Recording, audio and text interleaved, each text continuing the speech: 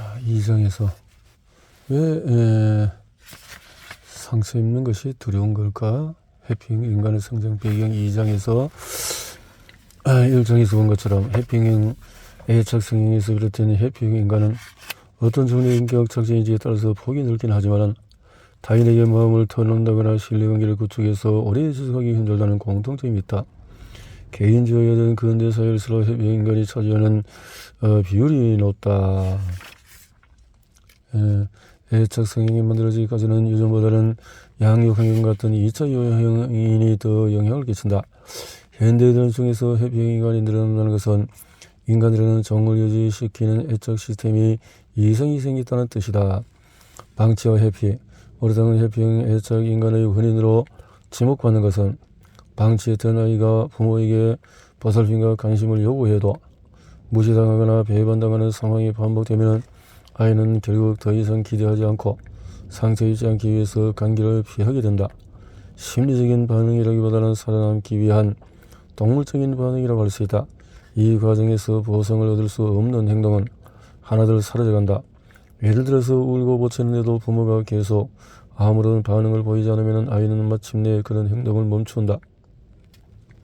부모로부터 충분한 관심과 사랑을 받지 못하면 해피형 인간이 되기가 쉽다는 것은 이미 여러 연구를 통해서 밝혀진 바 있다. 그러니 이 시기에 관심과 사랑을 보여주면 해피형 인간이 되는 것은 충분히 막을 수 있다. 반응과 공감, 안정된 애착 성향을 가지려면 우선 환경이 안전하고 안심할 수 있어야 하며 응답성과 공감성을 가진 태성이 존재해야 한다. 무언가를 요구하면 그것에 반응해 주는 것이 응답성이고 상대방의 입장에서 기분을 존중해 주는 것이 공감성이다. 이 두 가지가 함께하는 것이 공감하면서 반응해 주는 것이 가장 바람직하다. 아이가 무언가를 요구하면 부모가 바로 그 아이의 기분을 헤아리고 반응해 주는 것이 핵심이다. 요구하는데 응답해 주지 않고 요구하는 것과는 다른 것을 들이밀면 안 된다. 반응과 공감한 아이에게 자신의 감정이나 의도를 거울처럼 비춰주는 요소이다. 이 두 가지는 다음 세 가지 측면에서 아이의 발달을 돕는다.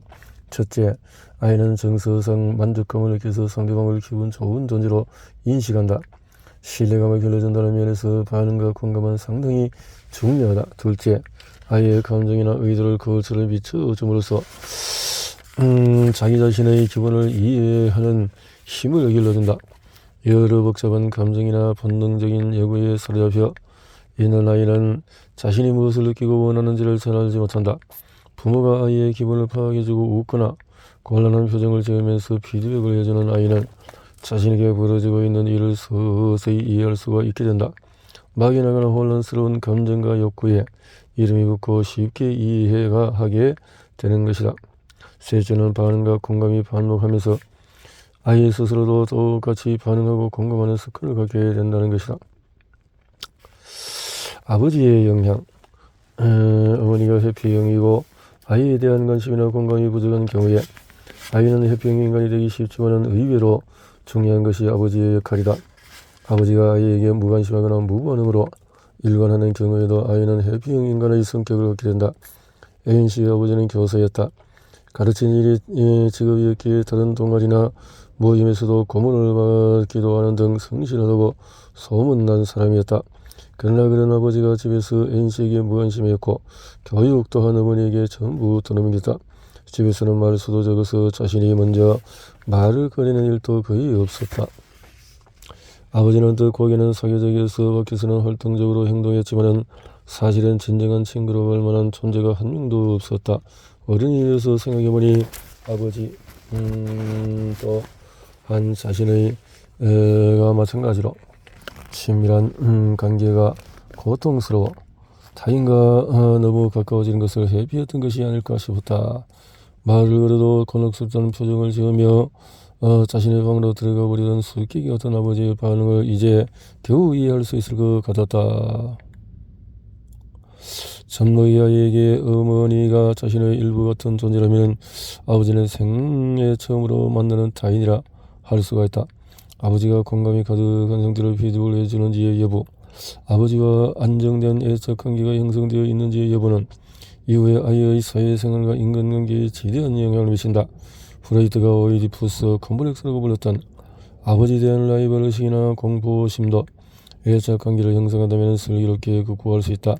하지만 아버지와의 관계가 희박하거나 아버지가 자식을 억압하는 인간인 경우에는 어린 시절 품은 아버지에 대한 공포와 불안이 타인에 대한 그것으로 환치되어서 평생을 꼬리표처럼 따라다닌다.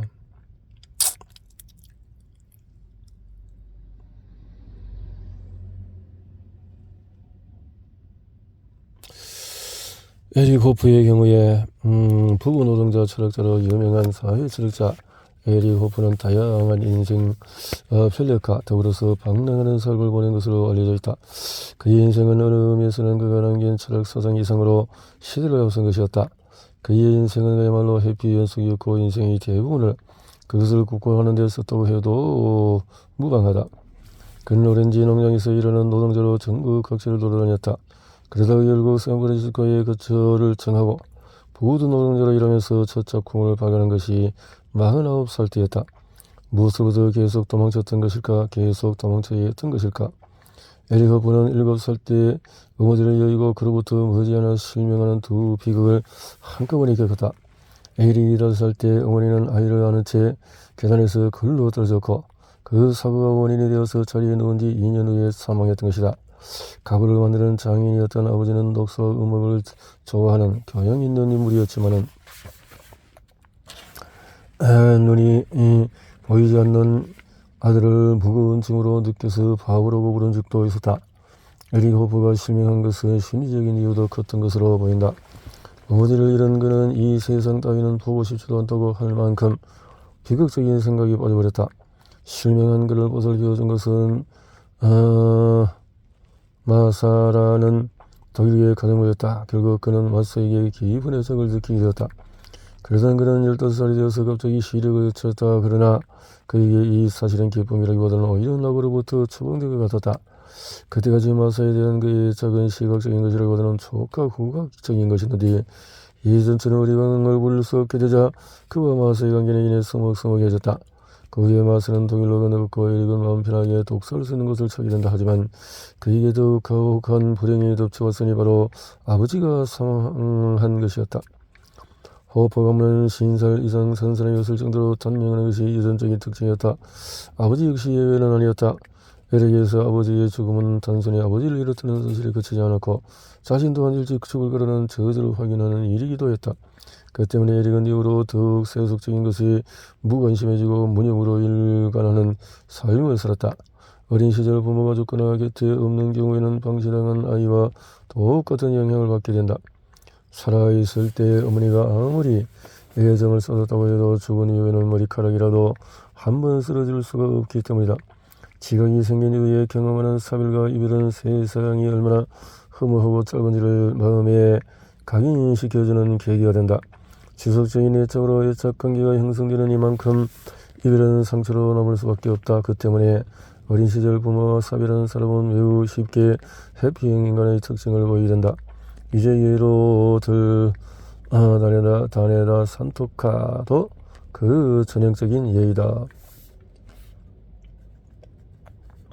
다네다 산토카의 경우 신 다네다 산토카는 한 곳에 머무르지 않고 계속 방랑했다는 점에서 에릭 호프와 비슷한데 애착 성향을 살려도 전형적인 해피형 인간의 특징을 보인다.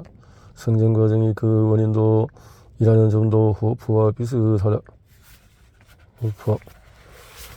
비슷하다. 그는 충분히 능력이 있었지만 노력이라는 것을 하지 않았다.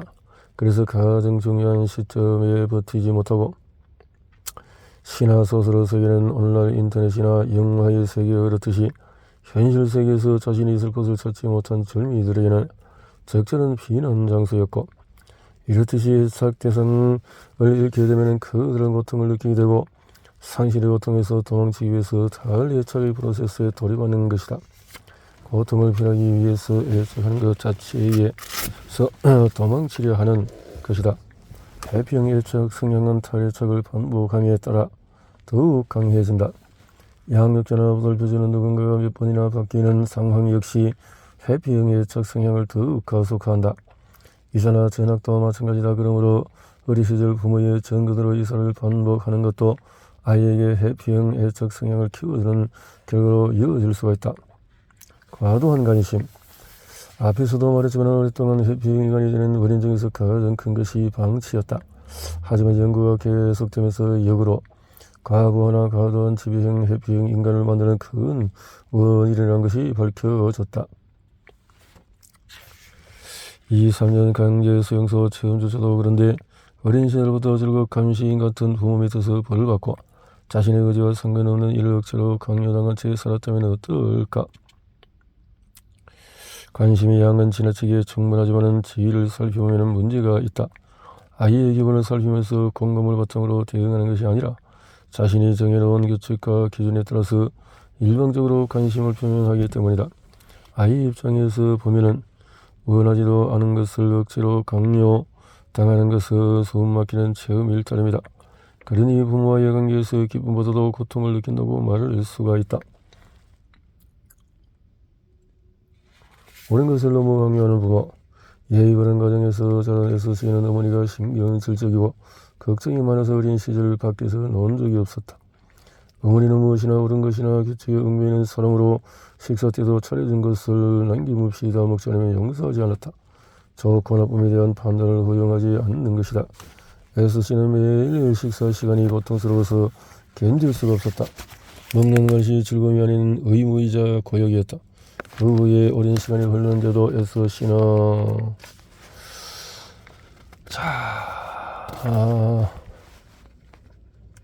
이렇게 맛을 느낄 수 있는 증상이 있었다.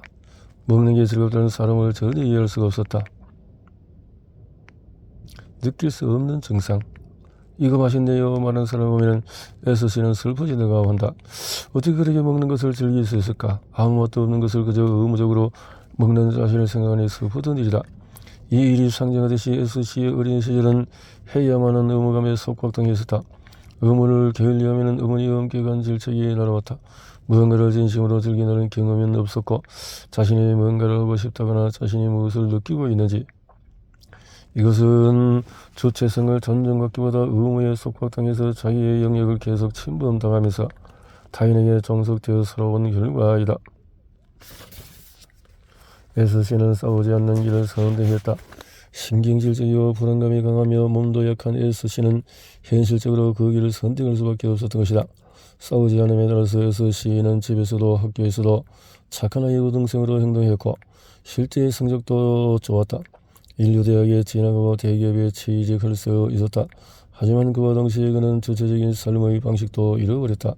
이것은 일하는 과정에서도 드러나게 된다. 트라우마는 해피형 인간에게 어떤 영향을 미칠까? 방치와 과도한 관심이 해피형 인간을 만드는데 가장 큰 요인이라고 할 수 있지만 인간을 피한다는 현상을 생각했을 때 또 하나의 중요한 배경을 고려해야만 한다. 인간은 상처받을 만한 상황을 회피하려는 습성을 갖고 있기 때문이다. 이것은 비단 인간뿐 아니라 살아있는 모든 생물의 본능이다. 상처를 피하고 싶어한다. 사실 회피의 계기가 되는 사건은 우리 주변에 흔히 일어난다. 실패하거나 상처를 받게 되면 경우가 바로 그것이다. 그 중에서도 가장 나쁜 영향을 주는 것이 집단 괴롭힘이나 왕따이다. 이런 일이 발생했을 때 심리적으로 극복하지 못하면 그 상황이 재현될까 봐 두려워하는 마음이 생기고 그러다 보니 그와 연관되는 장소나 상황을 피하는 것이다. 등교를 거부하거나 히키코모리가 되어버린 청소년들에게 흔히 나타나는 심리이다. 특히 10대, 20대는 수치스럽거나 자존심에 상처 입는 일에 민감하므로 단 한 번이라도 큰 사건을 체험하고 그것이 마음에 남아있다면 이후에 어떤 일이 도전하거나 다른 사람과 친밀해지는 것을 어려워하는 성향이 되고 만다. 난폭한 부모와 속마음을 털어놓지 않는 아이. 트라우마 때문에 해피형 인간이 되는 전형적인 상황 중에 하나는 부모가 난폭한 경우를 들 수 있다. 이 경우에 아이는 자신의 기분이 무시당하는 것을 지속적으로 경험하기 때문에 속마음을 드러놓지 않는다. 솔직하게 말하는 것 자체가 허용되지 않는 상황에 지속적으로 노출되어 있었기 때문에 그럴 수밖에 없는 것이다. 애착 성향도 공포 해피형에 가깝다.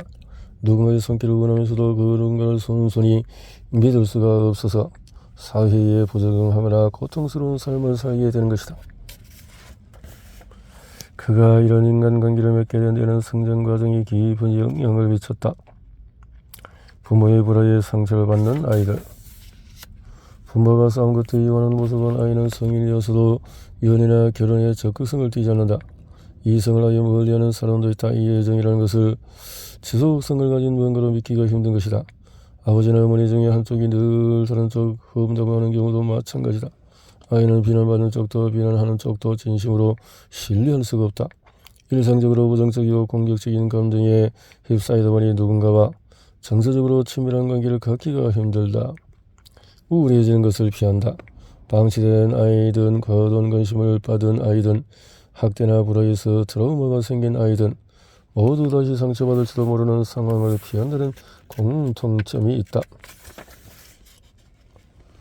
이러한 경험 때문에 본래 안전 수레바퀴 밑에서 같은 작품으로 유명한 독일의 작가 헤르만 헤세는 어머니가 병상에 누워있어도 문병하는 것을 최대한 피했고 어머니가 사망했을 때 장례식에도 가지 않으려 했다. 어머니는 늘 의무감이나 자신의 기준을 중심으로 자식 교육을 시켰고 자신의 종교적인 신념을 자식들에게 강요했다. 헤세는 그런 체계적인 성향을 가진 어머니 때문에 괴로워했던 것이다. 어머니는 헤세에게 일상적으로 부정적인 평가를 늘어놓았지만 그는 늘 어머니의 인정을 받고 싶어 했다. 어머니가 죽음의 병상에서 앓고 있을 때는 그의 첫 장편 소설이 출간되기 얼마 전이었다. 그런데도 문병을 가져가는 것은 자신이 겨우 지켜온 세계가 죽어가는 어머니 모습을 보고 흔들릴까봐 두려웠고 임종의 순간에 어머니의 입에서 부정적인 말이 쏟아져 나와 자신의 세계를 무너뜨릴까봐 두려웠기 때문이다. 이것은 바꿔 말하면 자신이 다시 우울감에 빠져 과거의 상처나 갈등 속으로 빨려 들어가지는 않을까 하는 두려움이기도 하다. 어머니가 사망한 후에 헤세는 자신을 누르던 무거운 굴레에서 해방이라도 된 듯 계속 작품을 발표했고 작가로서 성공했다. 어머니가 결코 인정하지 않았던 작가 헤르만 헤세는 수많은 독자로부터 일광적인 지지를 받았던 것이다. 어떤 의미에서 그것은 어머니를 외면하고 어머니를 거부했기 때문에 얻을 수 있었던 성공이라고도 할 수 있다. 그의 작품에는 그야말로 헤세 자신의 생활 방식과 고민이 잘 묘사되어 있다. 다만 이 시점에서 헤세 스스로가 어머니와의 문제를 제대로 자각한 것은 아니었던 듯하다. 자신이 안고 있는 고뇌는 자신의 고단한 삶과 청년기 특유의 문제 혹은 그 시대의 사회의 문제라는 인식이 크다. 고민을 확실하게 자각하게 된 것은 중년 이후에 우울증으로 고통받다가 이후의 정신분석을 받고 나서부터다. 어머니를 거부했지만 그는 완전히 자유로워진 것이 아니었다. 어머니에 대한 죄책감이 무의식적으로 그를 괴롭혔고 어머니가 내던진 말을 헤세 스스로가 내면화하면서 오랫동안 자기 자신을 괴롭혔던 것이다.